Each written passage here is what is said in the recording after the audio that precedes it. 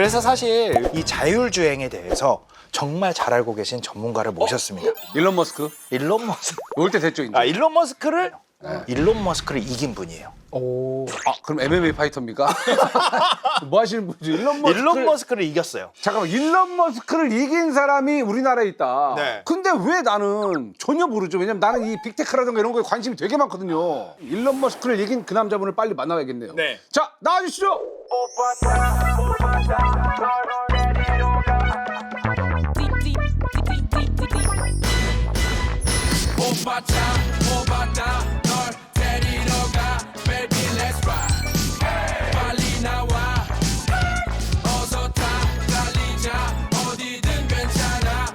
아, 이길만 합니다. 느낌 비슷한. 예, 주먹에 힘이 있어요. 예, 환영합니다, 환영합니다. 네, 반갑습니다. 국내에서 자율주행차를 개발하고 있는 엔지니어이자 개발 회사 대표 한지영이라고 합니다. 아, 반갑습니다. 지금 현재 자율주행 기술을 연구하고 계시고 네네. 상용화를 준비하고 계시는 네네네, 맞습니다. 대표님이시고 창업자입니다. 창업자분이시고 네. 그러면 일론 머스크를 지금 이겼다는 얘기를 네. 제가 들었거든요. 들어오기 전에. 네. 뭘로 이기셨어요? 주먹이에요? 아니면 지식이에요? 뭡니까? 매년 초에 이제 글로벌 컨설팅 펌에서 네. 자율주행 기술에 대해서 순위를 매기는 그때 이제 저희 회사가 세계 7위를 했고요. 예. 테슬라가 세계 10위를 우와, 했습니다. 진짜로. 네. 제가 사이버 그 트럭 타봤다니까요. 네. 자율주행을 맛봤다니까요. 근데 테슬라를 이겼다. 야, 이거 어떻게 이긴 겁니까? 네. 뭐 참고로 저희가 뭐 기술 자체만 가지고 다 뭐 이겼다라고 하기는 그렇고 타보신 테슬라 차는 아마 운전대가 있는 형태의 그렇죠. 차였을 레벨 거고, 2죠. 네. 예. 저희 차는 이제 완전 무인 차. 아, 그럼 레벨 5요? 네, 완전 무인 기술에 대해서는 저희가 이제 기술이 더 앞선다라고 이제 평가를 받은 그러니까 사람이 안에 들어가 있지 않아도 자체적으로 그냥 네네. 완벽한 자율주행을 할 수 있는 그 네네. 기술에 대한 네, 평가를 더 높게 받았다. 네, 대표님이 개발하고 있는 차에는 아예 운전석이 없어요. 진짜요? 네 맞습니다. 지난해 경주 우리 너무 큰 행사 있었잖아요. 국가적으로 경주 에이펙이라는 행사가 있었는데 그때 의전 차량에 자율주행 버스가 운행이 됐었거든요. 그 자율주행 버스를 만드셨던 질문입니다. 네. 상용화가 된다. 가격은 얼마나 할까요? 그것도 굉장히 왜냐면 기술에 대한 이야기들 하다 보면 아, 이거 돈 총알을 많이 마련해 놔야겠구나.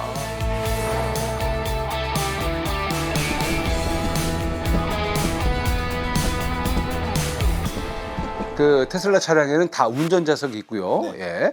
웨이모도 있습니다. 맞아요. 근데 우리 대표님의 자율주행 차에는 운전자석이 아예 없다고 지금 얘기를 하셨잖아요. 네네. 그러면 이거를 훨씬 더 업그레이드 된 거라고 보면 될까요? 사실 자율주행이라는 것은 기술의 이제 단계가 이제 있습니다. 그렇죠. 크게 이제 0단계에서부터 5단계까지로 나뉩니다. 그래서 0단계는 우리가 생각하는 그 일반 수동 그냥 차가, 운전할 수 차가 되는 거고 1단계는 손과 발 중에 하나가 편한 거. 네. 예를 들면 초창기 나왔던 이제 반자율주행 차 같은 경우에는 ACC. 네, ACC 맞습니다. 네, 어댑티브 크루즈 컨트롤. 잘 아시네요. 네. 어댑티브 크루즈 컨트롤이 2단계고요. 2단계로 가면 손과 발이 동시에 자율주행 차선 어느 정도 유지를 하고 차선 유지. 네, 요즘 이제 나오는 게 어댑티브 크루즈 컨트롤 같은 거고 그러니까 감독형입니다. 감독형. 사람이 직접 운전할 때 시야가 확보가 돼야 되는 네네 네, 맞습니다. 너무 잘하시네요. 그래서 이게 2단계라고 하는 거예요. 네, 그게 2단계. 테슬라 FSD는 이제 2단계 반자율주행이고요. 3단계가 되면은 이제 눈이 자유로워지는 게 3단계. 그게 비감독형이죠. 네, 그게 이제 비감독형의 이제 중간 단계가 됩니다. 네, 1, 2단계까지는 감독형이 이제 되는 거고요. 눈이 자유로워지는데 핸드폰을 볼 수 있고 네. 뭐 책을 볼 수 있다라든지 이렇게 하지만 단 잠은 자면 안 돼. 4단계는 뇌가 자유로워지는 게 4단계. 믿고 맡겨버리는 거예요. 그렇죠. 네. 잠을 자도 되는 거예요. 5단계는 사실 4단계와 기능상으로는 동일한데 4단계는 눈비가 너무 많이 오면 안 돼. 비포장 도로에서는 안 돼. 제한이 정해지는 게 4단계. 그리고 5단계는 그것조차도. 그것조차도 없는 거. 소위 말하는 아마 여기 계신 분들은 대부분 아실 텐데 미드 키트. 네. 키트라는 미국 드라마. 키트 부르면 오는. 전격 제트 네, 작전. 전격 제트 작전. 키트 오면 아예 그냥 내 앞까지 와가지고 나 태우고 지가 알아서 어디든 가고. 가고 눈이 오나 비가 오나 다 그냥 어디든지 오는 완전 자율주행. 네, 그게 그게 이제 최종. 5단계. 만약에 우리 교수님들은 자율주행을 탈 수 있다면 어느 정도 레벨에서 만족하실 것 같아요? 최소 레벨 4면 좋을 것 같고 원하는 건 레벨 5죠. 굳이 이동하면서 내가 하고 싶은 거를 다 할 수 있다는 것만으로도 진짜 저는 너무 좋을 것 같아요. 그럼요. 우리 교수님. 저는 달구지죠? 네. 달구지 저는 좋아하지. 차 없는 도시, 차 없는 나라. 근데 앞으로 대중교통도 이제 다 그 자율주행 갈 텐데. 그래서 저는 오히려 아이러니하게 그래서 저는 레벨 5면 할 것 같아요. LLB로. 왜냐면 5라고 하는 것은 어떠한 상황이든지 자율주행 가능하다는 것이니까 온갖 돌발 변수, 악천후 상황에 대해서 이미 검증됐다는 뜻이잖아요. 그렇기 때문에 레벨 5라면 저는 뭐 마음 편하게 들어갈 것 같아요. 저는 1이나 2 정도면 만족할 것 같아요. 지금 1, 2 다 되어 있잖아요. 그 정도가 딱 좋은 것 같아서 저의 입장에서는 운전석이 없어가지고 하면 너무 모든 걸 맡기게 되니까 이제 사고가 나도 내 책임으로 나는 게 낫다라는 약간 그런 저 기계를 좀 잘 못 믿어서 그 놀이기구도 안 타요. 놀이동산에 있는 것도 못 그럴 수 믿어요. 있죠. 그러니까 지금 이게 이제 감독형이 2단계인데 이 감독형은 사고가 났을 때 사람이 책임을 져야 돼요. 맞아요. 근데 이제 비감독형 3단계부터 가면 그때는 이제 회사 책임이에요. 회사 책임이구나. 그렇기 때문에 이게 이제 아무래도 좀 맞습니다. 복잡한 너무 잘하죠. 예, 복잡한 문제들이 있는데 자리를 바꾸셔야 되는 거 아니에요? 아니. 단계를 나눌 때 사실은 기술의 수준을 가지고 사람들이 기준을 가진다고 생각을 하는데 사실은 책임 소재를 가지고 등급을 매깁니다. 네. 레벨 2까지는 사고가 나면 운전자나 관리자 책임. 차주 책임이죠. 네. 그리고 레벨 3, 4가 되면 레벨 3은 부분적으로는 운전자 책임, 부분적으로는 제조사 책임. 레벨 4부터는 이제 완전히 회사 책임. 회사 책임이 되는 거예요. 사실 저는 이제 레벨 5도 저는 강력하게 이제 원할 수밖에 없죠. 예를 들어서 이제 저희 같은 경우는 방송인인데 이제 스케줄을 다닐 때 사실 이제 뭐 매니저라든가 스태프들도 사실 또 운전이라든가 이런 게 좀 고되잖아요. 네네네.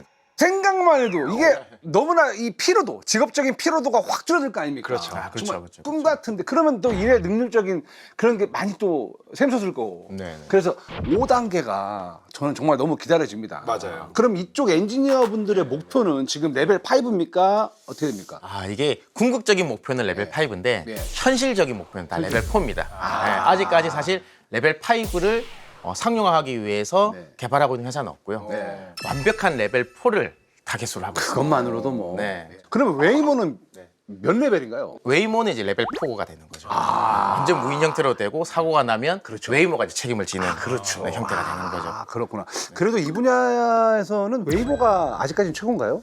제가 봤을 때는 아직까지 최고라고 생각을 하고 있고 실제 그 올 초에 발표됐다는 그 가이드하우스 순위에도 이제 글로벌 1위는 웨이모로 지금 생각하고 있습니다. 대단하네요, 진짜. 웨이모를 만든 사람이 이제 세바스찬 스런이라고 하는 전 이제 스탠퍼드 이제 교수님이시고요. 이분이 현대 자율주행의 어떤 아버지라고 불리는 분이십니다. 네.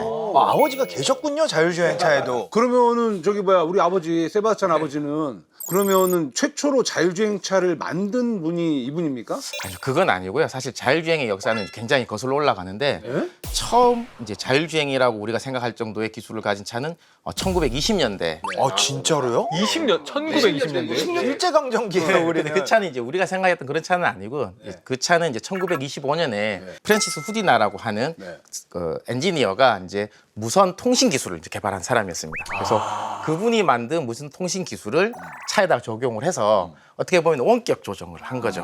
RC카. RC카. 네, RC카 개념으로 이 차를 이제 조정을 이제 했던 겁니다. 근데 그거를 자율주행이라고 부를 수 있나요? 조정하는 거잖아, RC카면. 네, 맞습니다. 그래서 그게 이제 외부에서 봤을 때는 혼자 움직였기 때문에 자율주행이라고 보지만 타율주행 아닙니까? 네, 결국은 타율주행인 거죠. 네, 맞습니다. 그렇죠, 타율주행이죠. 정확하게 예, 보는 거고. 예, 예. 그러면 우리가 생각했던 아까 그 세바스찬 스런 교수님 같은 경우에는 왜 이제 자율주행의 아버지라 불리느냐. 미국 국방과학기술연구소에서 하는 다르파 그랜드 챌린지라는 대회가 있습니다. 그게 뭐냐면 다르파. 굉장히 어려운 미션을 기술적으로 풀기 위한 대회를 엽니다. 그 중에 하나가 이제 모하비 사막을 무인으로 차량으로 횡단하는 그 미션을 이제 대회로 이제 열게 되는 거죠. The six-wheel vehicles. The biggest one sitting over there.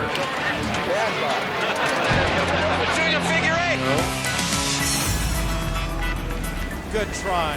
Ending its run at a marathon distance of 26.2 and UCLA's were 2/3 of the Grand Challenge. Everything was going as Stanley crosses the finish line. The Stanford racing team has made its way into the history books. So I didn't anticipate this to become a race for speed. It's one of 이거를 이제 횡단을 성공한 우승 팀이 나오는데 그 팀을 이끌었던 분이 그 세바스찬 스런 이 스탠포드 교수님이 팀이었고 그 팀이 이제 우승을 하면서 구글에서 이분을 이제 스카웃해서 역시 알파벳. 예. 네, 그래서 웨이모라는 회사를 이제 만들게 됩니다. 네, 그래서 그때부터 본격적으로 우리가 생각하는 이 자율주행차에 대한 상용화를 이제 시작을 하게 되는 거죠. 우리 항 박사님이 또 극찬을 했어요. 웨이모가 운전 잘한다고. 진짜 잘하더라고요. 그러면 웨이모는 네네. 사실 어떤 원리로 이렇게 혼자서 운전을 되게 잘하는 걸까요? 네, 사실 웨이모가 처음 시작했던 현대 자율주행의 그 기준은 이제 룰 베이스라고 하는 기술을 이제 적용을 하게 룰 됩니다. 베이스? 네네, 정해진 규칙대로 차가 움직이는 거예요. 룰, 규칙, 네, 베이스. 네, 규칙 베이스로 움직이는 자율주행차를 이제 이분이 이제 만든 건데 예를 들면 빨간불은 무조건 씁니다 차가. 빨간불을 쓰고. 네, 그리고 차선은 무조건 내가 지켜서 간다.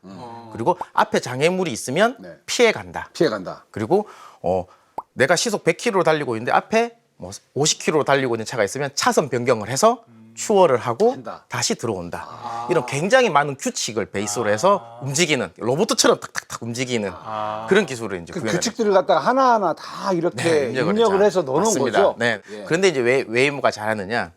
웨이모는 굉장히 많은 이제 자금을 가지고 굉장히 많은 자율주행차를 만들어서 그 도시에서 다 이제 풀어서 테스트를 시작합니다. 테스트를. 그래서 그 규칙을 굉장히 많이 만들어내는 거죠.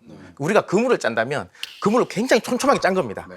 도로에서 발생할 수 있는 굉장히 많은 그 테스트 돌발 상황들 다 일단 이렇게 해야 돼, 일단 이렇게 해야 돼. 그 규칙을 거의 무한대 각각에 만들어 놓은 거죠. 촘촘하게 모든 돌발 상황들을 네, 인간들이 네, 다 테스트를 하면서 다 넣어놨다. 네네. 제가 타봤잖아요. 예.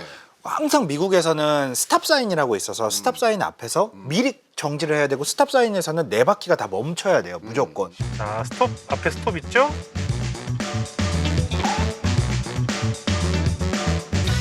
정지선 하얀 선 있잖아요. 스탑 사인 앞에. 그것도 정확하게 지키고요. 과속 방지턱.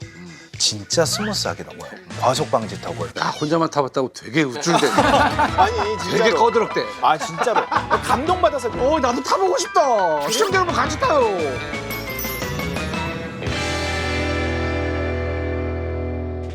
근데 네네네. 제가 자율주행 타봤잖아요. 트럭. 네. 예? 브레이크를 기가 막히게 잡아요. 그쵸. 브레이크 잘 잡죠. 인간보다 더 잘 잡아요, 여러분. 그러니까 우리는 어쩔 때는 이제 이렇게 될 때 있잖아요. 걔는 그게 없어요. 그러면 얘도 이 테슬라도 같은 방식으로 만들어지는 거 아닐까요? 아닙니다. 테슬라는 이제 E2E라고 해서 AI 기반의 자율주행차. AI 기반. 네. E2E라 하면 엔드 투 엔드, 시작과 끝까지 전부 다 AI로 다 한다는 거예요. 인지, 판단, 제어라는 세 가지 단계로 나뉘어져 있습니다. 사람처럼 주변을 보고 인지, 그리고 그 상황에 대해서 판단을 하고 추월을 해야 되나, 브레이크를 밟아야 되나 판단을 한 다음에 제어, 악셀 브레이크를 얼마나 밟을지, 핸들을 얼마나 꺾을지 이 단계로 나누는 방식이었는데 인지부터 판단, 제어 이 전체 영역을 AI로 다 하는 게 엔드 투 엔드 AI 주행. 그래서 이제 E2E 자율주행이라고 하는 거죠. 사실 테슬라도 2년 전까지만 해도 룰 베이스로 했었었는데 이게 룰 베이스로 하다 보니까 어떤 이제 문제가 생겼냐면 웨이모는 샌프란시스코라든지 특정 지역에서만 이렇게 하잖아요. 네네. 여기 지역 안에서는 이제 룰을 거의 촘촘하게 빈틈없이 만들 수 있었었는데 이게 다른 나라로 가면은 다 다른 거예요. 그렇죠. 이제 룰 베이스로 하려다 보니까 이 확장성의 한계가 있는 거고 그 테슬라는 전 세계 모든 데서 이제 다 하려다 보니 테슬라는 이 확장성을 위해서 이렇게 룰 베이스로 하면 거의 이거는 뭐 무한대 가까운 이걸 해야 되니 AI 기반으로 이제 해야 되겠다라고 하면서 이제 2년 전부터 AI 기반의 자율주행을 이제 하게 되는 거죠. 그러면 이제 궁금하신 분들이 많을 거예요. 야, 그렇다면 AI 방식을 쓰는 테슬라는 도대체 AI를 어떤 방식으로 쓴다는 거냐? 일단 우선 엄청나게 많은 데이터를 모아야 됩니다. 그렇죠. 네, 전 세계 그리고 모든 사람들의 운전 패턴 이런 걸 다 모아가지고 이제 학습을 해야 되고 이 어마어마하게 모인 데이터를 또 학습시키려면 요즘 그 말 많은 GPU를 또 엄청나게 많이 구입을 해서 이걸 또 운영을 이제 해야 되는 거죠. 그래서 비용이 일단은 어마어마하게 많이 들고 그래서 테슬라 정도로 돈이 많은 기업들은 자신 있게 이제 이 방식으로 이제 하고 있는 거고. 그러면은 학습 데이터가 많으면 많을수록 안전하다라고 볼 수가 있는 건가요? 네, 그렇죠. 왜냐하면 저희도 보면 사람도 초보 운전자는 되게 운전을 못하고 조심하지만 운전 경험이 많은 사람들은 운전을 잘하는 게 그 경험치가 쌓이는 거잖아요. 내가 이런 상황에서도 운전을 해봤고 저런 상황에서 운전을 해봤고 이런저런 돌발 상황에서도 다 운전해봤고 이거를 이제 엣지 케이스라고 하는데 이런 굉장히 다양한 엣지 케이스들을 많이 모으면 모을수록 더 사람처럼 자연스럽게 안전하게 운전을 하는 거죠. AI가 요새 엄청 발전하고 있는데 그럼 대부분의 자율주행 회사들도 다 AI 기반으로 옮겨가고 있나요?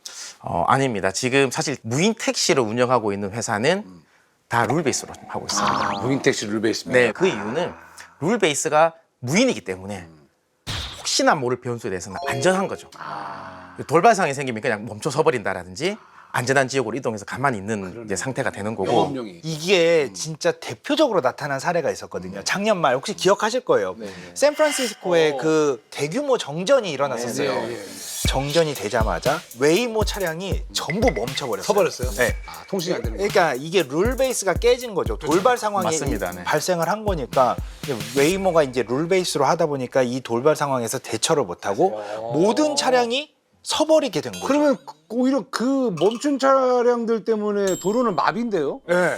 실제로 마비가 그게 이제 됐었어요. 문제가 돼서 기사에 이제 굉장히 많이 나왔었고, 예. 근데 이제 웨이모 입장에서는 이런 상황에서는 멈춰 서는 게 더 안전하다. 경제적으로도 괜히 무리하게 그런 상황에서 운전하게 했다가는 모든 배상 책임을 다 물어야 되니까 맞습니다. 그냥 멈춰 세워버리는 게 그렇죠. 그래서 테슬라는 사고 나면 운전자 책임이니까 그 정전 사태가 났을 때 계속 운행을 이제 움직이고 있었던 거고, 웨이모는 사고 나면 다 뒤집어 써야 되니까 그렇죠. 무조건 안전을 우선적으로 지금 할 수밖에 이제 없는 상황. 그럼 대표님은 네, 두 가지 중에 네, 어떤 네. 애가 좀 더 네. 완성도가 있다고 생각합니다. 일단 저희는 안전하게 가야 되기 때문에 두 가지 같이 씁니다. 그래서 하이브리드 방식이라고 이제 하는 거죠. 룰 베이스의 방식은 안전하긴 하지만 확장성이 조금 떨어지고, 맞아요. 이제 E2E AI 방식은 확장성은 좋지만 AI가 어떤 돌발 행동을 할지 모르는데 제조사가 다 책임을 져야 되기 때문에 저희는 이제 안정과 확장성을 두 가지 다를 취할 수 있는 하이브리드 방식으로 많이 해요. 그게 저는 그 당연하다는 생각이 드는 게 사실 자율주행차가 인간처럼 운전을 잘하는 기계를 만들려고 하는 게 목표인데 인간이 운전을 하는 방식 자체가 처음에 운전 배울 때 중요한 룰들 배우고 그렇죠. 하지만 실제로 모든 룰을 다 익히진 않잖아요. 네. 결국은 다 학습하면서 말하자면 E2E 학습을 계속 네, 네. 해서 운전 잘하게 되는 게 기계적으로 구현할 때도 비슷한 양상으로 가는 것 같네요. 네, 맞습니다. 그래서 지금 뭐 글로벌 트렌드가 뭐 이렇게 양극화, 일단은 그 웨이모와 테슬라가 양극화되어 있지만 수많은 다른 자율주행 기업들은 이렇게 하이브리드 방식으로 조금씩 안전하게 한 발 한 발 가고 있는 거죠.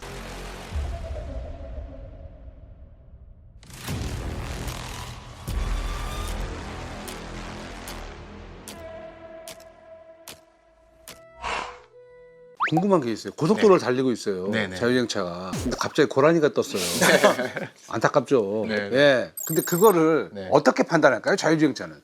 사실 근데 이게 굉장히 중요한 그 팩트이기도 하고 네. 실제 글로벌 기준상에서도 이거를 치고 갈 거냐. 사람도 어떻게 될지 모르거든요. 지금. 맞습니다. 그래서 고라니를 실제 발견했을 이런 때. 고란이라든지 멧돼지라든지. 아니면 전방에 어떤 사물이 나왔을 때 이걸 치고 가는 게 안전한지 아니면 멈춰 브레이크를 밟는 게 안전한지를 테스트를 이제 합니다. 물 방식은 뭐 어떻게 뭐 그래서 기준이 있습니다. 예를 들면 예. 전방에 튀어나오는 그 물체가 네. 예를 들어서 50cm 이상의 물체다. 네. 그러면 멈춰.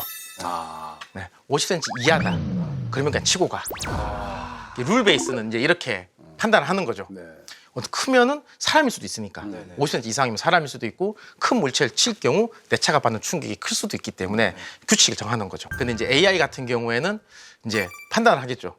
영상을 보고 이게 내가 치고 가도 되나? 피해도 되나? 내가 피할 경우 어떻게 되는 거지? 지금 가고 있는 상황인데도 그 상황에서도 이제 고민을 계속 한다는 고민을 거죠. 하는 거죠. 네. 계속 고민을 해야 되는 거죠. 아니, 말 나온 김에 그럼 우리 대표님이 네. 만든 자동차도 한번 구경을 좀 해볼까요? 네, 저희가 만든 차 영상을 한번 보시겠습니다. 아, 저 버스, 와, 이쁘다. 이게 귀엽다. 저희가 만든 자율주행 차량. 실제 이 차는 지금 청계천에서 운행하고 있습니다. 아, 그렇습니까? 청계천 가시면 타보실 수 있어요. 예, 아, 예쁜데요. 이거 지금 지가 자율주행하는 건데 운전석 없는 네, 거죠? 운전석 자체가 없고요. 아, 생김새가. 말아서 깜빡이 놓고 뭐 안에 이렇게. 와, 돼. 너무 좋다. 시야가 죽인다. 지금 청계천을 계속 제가 돌고 있어요. 네네. 땡땡이를요. 이거 방송 보시고 가보셔도 되겠네요. 시청자분. 실제로 네 가보시면은 30분 단위로 차량 2대가 계속 운행을 하고 있습니다. 지금 이게 레벨 4잖습니까? 네, 레벨 4. 그러니까 운전석에 사람이 없는 완벽한 자율주행에 가까운 레벨 네네네. 4인데 일반 자동차랑 네네네. 그러면 이제 부품이라던가 구조 네. 이런 것도 좀 다르겠네요. 전기차처럼. 네, 맞습니다. 예, 어떻게 기본적인 뭐 구조는 비슷하겠지만 네. 사람의 눈 역할을 하는 뭐 센서들, 카메라, 뭐 레이더, 라이다라고 하는 센서가 들어가야 되고 네. 자기 스스로가 생각을 해야 되기 때문에 사람의 두뇌 역할을 하는 제어기, 컴퓨터 같은 제어기가 이제 들어가야 되는 거고. 그래서 제가 오늘 조금 보여드리기 위해서 보여줬어요? 제품을 가지고 왔는데 이게 뭐예요? 일단 이게 이제 사람의 눈 역할을 하는 카메라. 카메라. 예. 네, 카메라고 스테레오 카메라입니다. 사람의 눈처럼.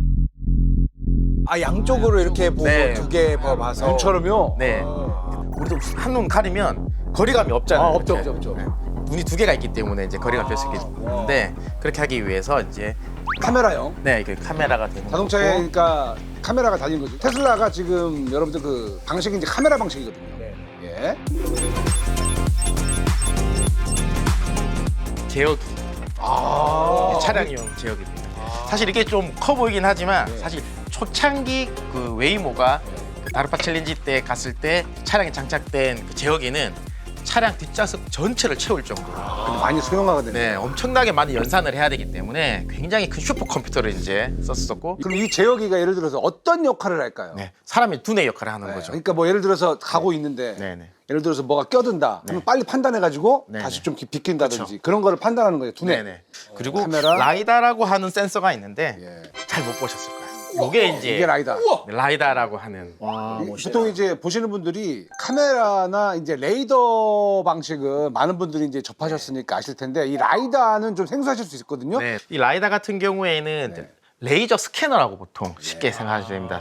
레이저를 쏴가지고 주변에서 돌아오는 빛을 이제 인지를 해서 정확하게 스캔을 하는 거죠.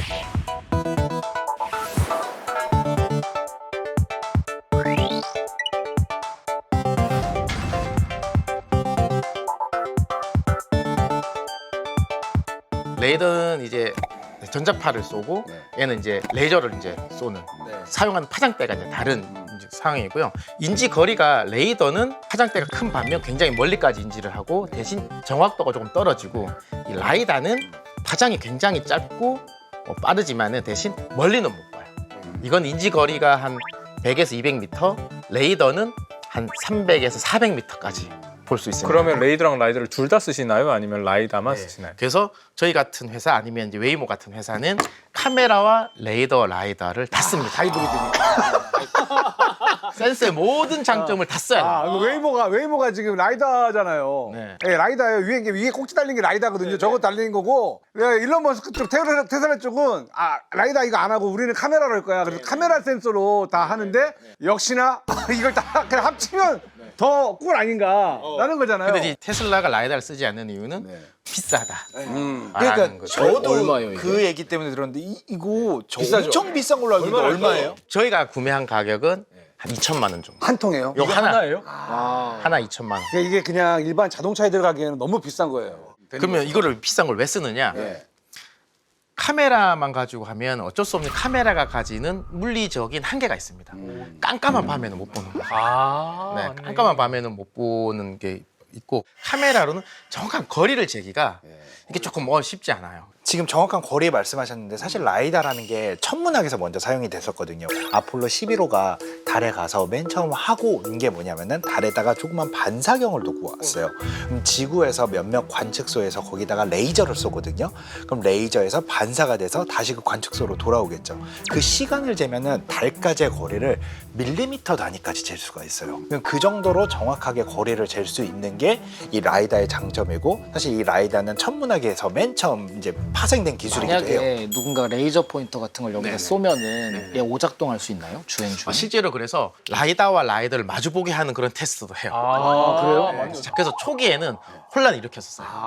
네, 같은 파장을 반대쪽으로 이렇게 쏘기 때문에 서로가 이제 헷갈린다든지 오작동을 한다든지. 그래서 라이다 회사들이 이제 그런 거를 막기 위한 또 기술들이 개발됩니다. 많이 이제는 보완이 됐습니까? 네네네. 근데 이게 빛으로 레이저로 하는 거면 네네. 사실 저도 실험실 레이저 쓰다 보면 약간 조금만 어긋나거나 뭐 네네. 먼지가 있거나 하면은 네. 거기 다 산란이 돼서 제대로 안 되던데 네네. 요새 또 미세먼지도 많고 네. 막 안개 끼고 하면 이건 정상적으로 잘 되나요? 맞습니다. 그래서 레이더가 필요한 거예요. 그래서 다 카메라, 레이더, 라이더가 각각이 가지는 장점이 있지만 또 단점도 있는 거예요. 라이다는 이렇게 안개라든지 빗방울이라든지 또 미세먼지라든지 이런 게 있을 경우는 워낙 민감하기 그러니까 때문에 여러 가지 돌발 변수들이 있기 때문에 좋은 것들을 다 일단 장착을 해놓자. 네네. 그러면 거의 눈이 막 사방에 다 달린 건데. 그렇죠. 네. 예, 센서들이 어떻게 주변을 보는지도 궁금하게는 하실 것 같아요, 우리 시청자 여러분들이요. 자, 지금 이제 주행을 하고 있고요. 네. 그럼 뒤에 뭐 이제 오토바이가 온다, 사람이 온다, 뒤에 오토바이가 이제 끼어든 것 같아요. 그래서 이제 내가 가면서 주변 사람들을 다 저렇게 인지를 하고. 이 차량이 지금 이렇게 가고 있는 거잖아요. 네. 지금. 그 내부적으로 판단을 해서 가고 있는 거잖아요. 네네, 맞습니다. 저 길도 실시간으로 읽고 있는 그렇죠. 거예요. 네. 다 읽고 있는 거죠. 정밀 지도 베이스로 가면서 내가 주변에 차들이 어디에 있는지, 어떤 상태로 있는지를 다 지금 읽으면서 가는 거고. 웨이모를 타도 뒷좌석에 저게 네네. 나오더라고요. 아, 그래요? 그리고 심지어 사람이 개를 산책시키고 있는데 개인지도 판단을 하더라고요. 네. 아, 그건 대박이에요. 개 모양이 나와요.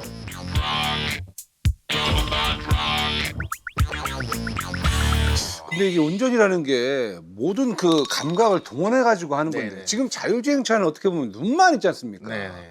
근데 괜찮을까요? 네, 사실 뭐 차에는 굉장히 많은 센서가 있는데 여기 있지 않은 센서 중에 하나가 이제 IMU라고 하는, IMU. 네네, 사람으로 따지면 귀 역할을 하는 균형 감각을 측정하는 또 센서가 있습니다. 그런 게 있습니까? 네네네. 차에서 발생하는 모든 방향에 대한 가속도를 측정을 하고, 네, 방향을 읽고 하는 뭐 자이로 센서가 이제 달려 있는. 네. 지금 이야기 나온 그럼 전부 다 센서인데 네네. 센서라는 건 신호를 읽을 거고 읽다 보면 약간의 그 노이즈라는 게 점점 누적이 되잖아요. 네네. 이걸 어떻게인가 좀 잘라서 네. 해야 될 것 같은데 그런 네. 기술도 그러면 더 그렇죠. 있는 거예요? 사실은 그거를 얼마나 필터를 잘해서 정확한 정보를 이 노이즈를 걸러내고 얻느냐가 굉장히 이제 이 업계에서 중요한데, 보통적으로 이런 자율주행 업계에서는 이제 칼만 필터라는 걸 씁니다. 칼만이요? 네네. 칼만 필터는 어떤 시스템의 상태를 최종으로 추정을 하는 기술입니다. 굉장히 많은 노이즈가 들어오고 있는데 과연 이 중에서 어떤 게 정답이고 어떤 게 이제 잘못된 데이터인지 모르니까 이걸 추정을 통해서 지금 내 상태와 위치 그리고 예측값을 최종으로 추정하는 기술이라고 할 수 있는 거죠. 좀 오차를 잘 이렇게 필터링을 해가지고 최대한 좀 정확하게 맞춰주는, 네. 추정하는 그런 방법이다라는 느낌이 좀 드는데, 그럼 그 칼만 필터를 자율주행하는 차량에다가 이제 어떻게 이용하시는 거예요? 네. 자율주행차 입장에서 보면은 나도 움직이고 주변 사물도 계속 움직이고 있는 거예요. 그렇죠, 그렇죠. 그럼 움직이고 있는 것들을 예측을 내가 해야 되는 거죠. 그렇죠. 그리고 차량에서 오는 이 데이터 값들이 계속 연속적으로 오는 게 아니라 그렇죠. 주기가 있습니다. 틈새를 예측을 해야 되는 거예요. 여기 있을 거야 라고 이제 추측을 해야 되는 거죠. 네. 실제 이게 여기에 있을지를 한 템포 쉬고 센서 값을 딱 다시 측정을 하는 거예요. 측정을 해봤더니 내가 예측했던 것과 비슷하게 있네? 그럼 보정을 딱 시킵니다, 다시. 네. 그리고 다시 또 예측을 하는 거죠. 나사가 달에 가는 궤도를 측정하는 데 있어서 가장 잘 맞다라고 해서 처음에 채용을 했던 게 이 칼만 필터고요. 루프도 칼만이라고 하는 사람이 1960년대 제안한 개념이었어요. 달까지 38만 킬로미터를 가야 되는데 그 거리를 재는 방법이 차체 내에 아폴로 관성 항법 장치라든지 창문에 있는 별을 보면서 거리를 맞추는 방법이라든지 여러 가지 방법들이 있었단 말이에요. 그런데 이 방법들이 노이즈도 다르고 오차도 다 다르단 말이에요. 그러면은 이 세 개가 알려주는 위치가 다 다르게 되죠. 여기서 칼만 필터가 등장을 하는 거거든요. 약간 필터링하는 알고리즘. 맞아요. 알고리즘 중에 하나죠. 확률 기반으로 한 어떤 수학적 알고리즘이 되는 거죠. 자, 좋습니다. 이제 차가 어떻게 상황을 파악하는지는 제가 알게 됐습니다. 네. 그러면 이제 자율주행차는 길을 어떻게 찾을까요? AI 기반의 테슬라는 그냥 사람처럼 내비게이션을 씁니다. 네네. 일반 사람이 보는 내비게이션 지도를 이제 쓰고 있고, 룰 베이스의 방식은 정밀 지도라는 걸 쓰죠. 지도요. 네, 정밀 지도라는 것은 내비게이션보다 훨씬 더 정확한 지도. 정밀도가 50cm, 그러니까 센티미터 단위의 굉장히 정밀한 정밀 지도를 별도로 구축을 해서 네. 이제 그걸 사용하게 되는 거죠. 이게 우와, 좀 정밀 지도 우와. 좀 개발자 영상으로 보면 와, 이렇게 트론이다, 트론. 되는 거죠. 네. 이거는 이제 기계가 주변을 읽는 형태입니다. 그러면 대표님, 네. 뭐 예를 들어서 내비게이션을 쓰는 방식은 예를 들어 터널이라던가 좀 네. 안 터지는 부분이 있잖아요. GPS 네네네네네. 신호가 좀 약하고 그런 데도 있잖아요. 그럼 이 지도 방식 같은 정밀 지도 방식은 네. 그런 부분에 있어서는 조금 네. 우월한가요? 사실 이 정밀 지도에서 정밀 지도를 사용하는 데 있어서 가장 중요한 거는 정밀 지도상에 내 차가 어디에 있는지를 아는 게 가장 중요해요. 그렇죠. 우리 운전하다 보면 한 번씩 내비게이션이 이제 GPS가 안 맞아가지고 그렇죠. 이상하게 뭐 바다 위에 내 차가 떠 있죠. 네, 그럴 때가 있잖아요. 네. 터널에 가면 이런 현상이 발생을 이제 할 수가 있다는 거죠. GPS가 안 잡히니까. 그렇죠. 그럼 이런 경우에는 이제 어떻게 잡아야 되느냐? 그러면 보통 저희가 이제 데드 레코닝, DR이라는 방식을 쓰는데 데드 레드 레코닝. 레코닝. 네, 그게 뭐냐면 터널에 딱 들어갔어요. 그러면 내 위치를 일단 잃어버렸죠. GPS가 안 잡힌다라고 보면. 그렇죠. 그러면 그때부터 계산하는 겁니다.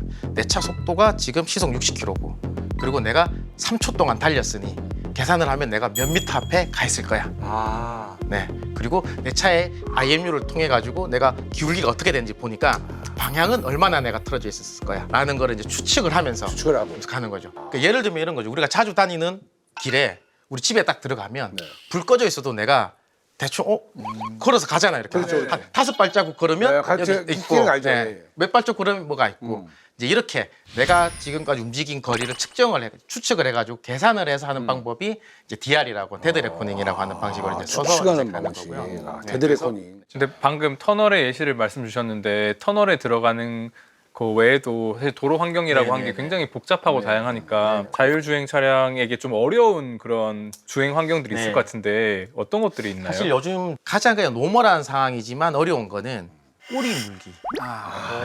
제가 이제 저기서 차선 변경을 해서 들어가야 되는데 꼬리 물기가 차선 변경을 또 못해요. 그렇죠. 사람들은 그냥 손 내밀고 네, 들어갈게요. 손 해야 내밀고 이제 하면 들어가지만 그 무인 차량이 이제 하나 다시죠. 이게. 손을 안 하게 해서 만들어야 되나 지금 들어갈게요 이렇게 해야 되나 왜냐면 아까 그것까지는 아직 안 되는 네, 거예요. 아직 안 되는 거고 그리고 두 번째가 이제 사각지대가 굉장히 많아요. 예를 들면 교차로 사각지대도 있지만 내 앞에 큰 트럭이 있으면 이 트럭 앞에서 그래서 발생하는 갑자기 사람이 나올 수도 있어요. 네, 알 수가 없는 거예요. 특히나 버스가 섰을 때 그 앞으로 사람이 나올 수도 맞습니다. 있거든요. 네. 그런 것들이 이제 좀 무섭죠. 네, 그래서 그건 돌발 상황들. 네, 차에 있는 센서만으로는 사실은 주변을 다 볼 수가 없는 그 사각지대가 이제 나올 수밖에 없는 거고 그래서 그거를 또 극복하기 위한 방법이 이제 V2X 기술이라고 하는 통신 기술을 씁니다. 통신 기술이요. 네네네. 교차로에 요즘에 굉장히 많은 뭐 CCTV라든지 네. 뭐 센서들이 그렇죠. 있잖아요. 이렇게 예, 예. 인프라에서 취득되는 데이터를 차에 통신으로 쏴주는 거죠.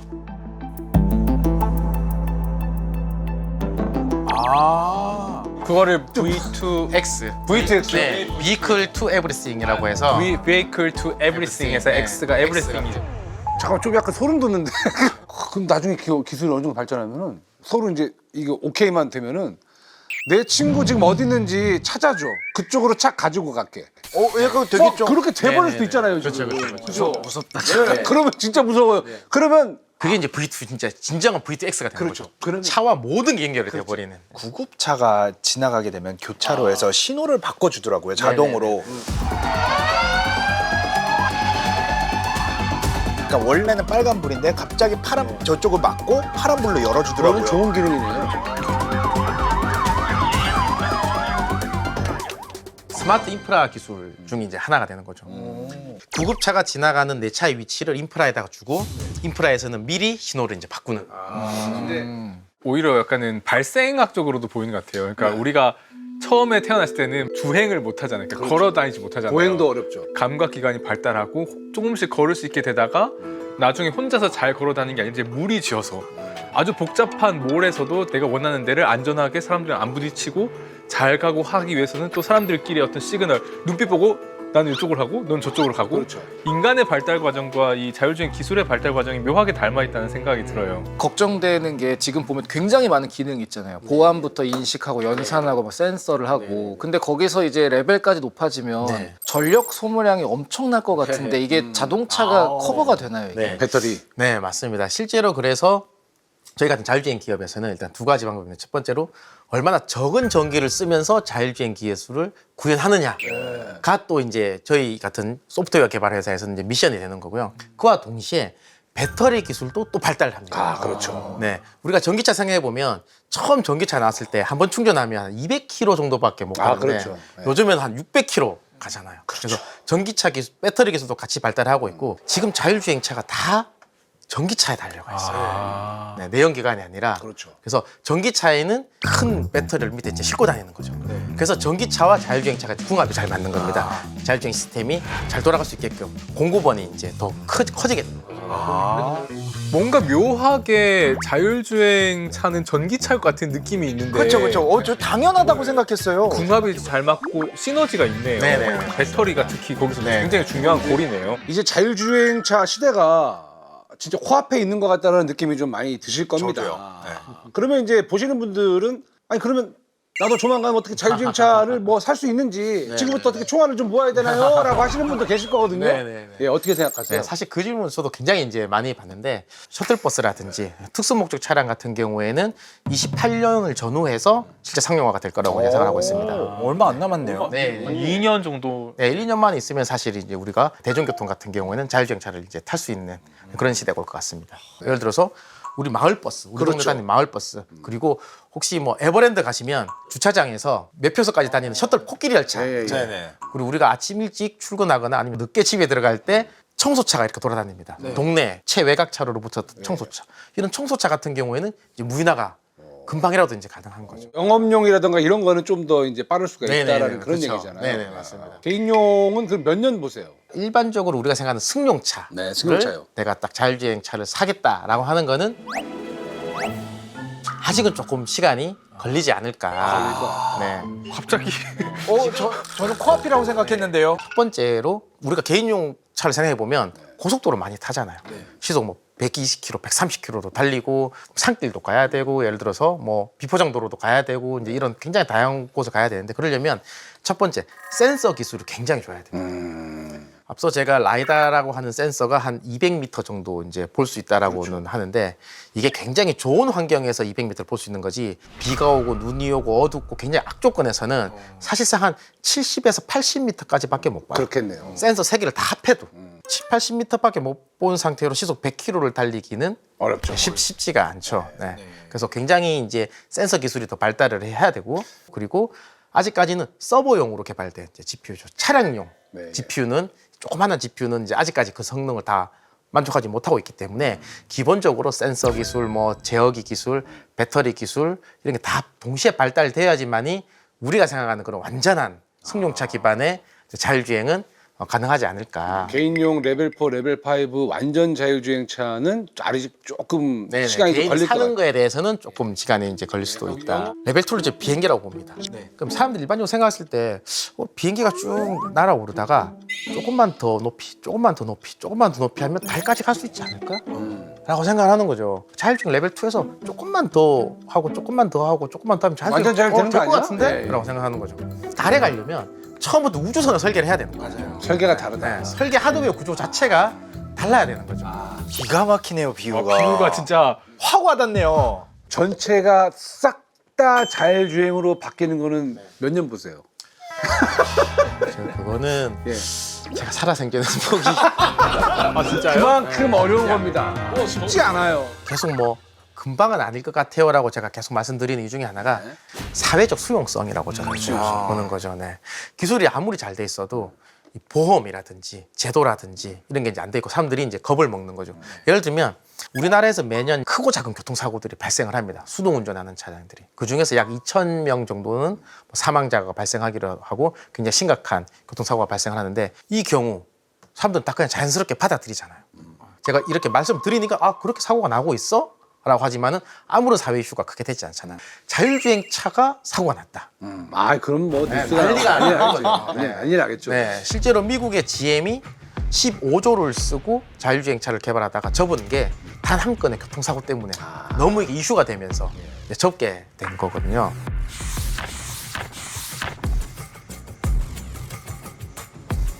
대포 씨도 내가 비싸게 해서 옵션가 1억 주고 내 무인차를 샀는데 이게 내가 난 편안하게 좀 쉬려고 가고 있는데 차가 사고가 나서 내가 굉장히 큰 부담을 피해를 입었어. 입었어. 받아들일 수 있겠냐라는 거죠. 못 받아들이죠. 그렇죠. 왜 샀을까부터 시작해가지고 나에 대한 자책감 그리고 이 제조회사에 대한 그렇죠. 소송을 부르고, 준비하고 네, 이제 그런 것들이 있는 거죠. 예를 들어 자율주행 차량이 사고를 내게 되면 좀 극단적으로 생각했을 때 우리가 보통 트롤리 딜레마 네네, 얘기하는 그렇죠. 거 있잖아요. 이렇게 트롤리가 5명을 향해서 나아가고 있는데 레버를 돌려서 방향을 바꾸면 거기 한 명 있어서 한 명이 사망하게 되는 경우. 그러면 원래 이 사람은 한 명은 안 죽을 상황이었는데 레버를 돌리는 순간 이 사람을 죽이게 되는 굉장히 자율주행이 실현되면 실제로 네. 풀어야 할 구체적인 현실적인 문제가 되잖아요. 사실 이게 굉장히 뜨거운 감자이기도 합니다. 이제 자율주행 업계에서도 이 트롤리 딜레마에 대해서 이걸 어떻게 해야 되나. 아까 앞서 제가 말한 사회적 수용성, 법과 제도가 먼저 이제 기준이 정해져야 된다라고 저는 이제 생각을 하는 거죠. 이런 상황이 왔을 때는 이렇게 해야 돼. 그리고 이렇게 해서 어쩔 수 없는 상황이 와서 사고가 나면 이거는 뭐 또 보험적으로, 뭐 제도적으로 받쳐줘야 돼. 저는 최대한 이런 상황이 발생하지 않게 차를 안전하게 만드는 역할인 거고.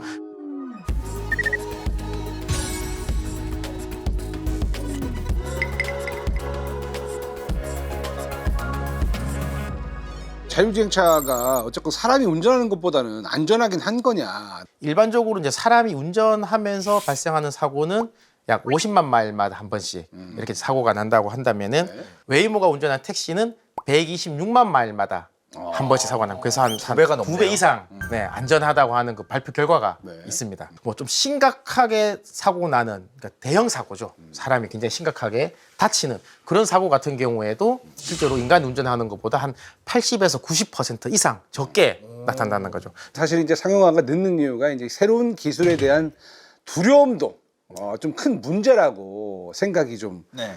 들기 때문이 아닐까 싶은데요. 지금 여기도 두 분은 아이고 이런 이야기를 들으면 또 기술을 좀 못 믿겠다. 아직은 좀 무섭다라고 하시는 분도 계실 거 아니에요, 그죠? 그러니까 약간 저는 비행기랑 좀 비슷한 것 같아요. 비행기로 인해서 사망할 확률이 사실은 차로 그 차를 이용하다가 사망할 확률보다 더 낮다라고 막 그런 수치를 얘기하잖아요. 근데 저는 아직까지도 비행기 착륙하고 이륙할 때마다 되게 무섭거든요.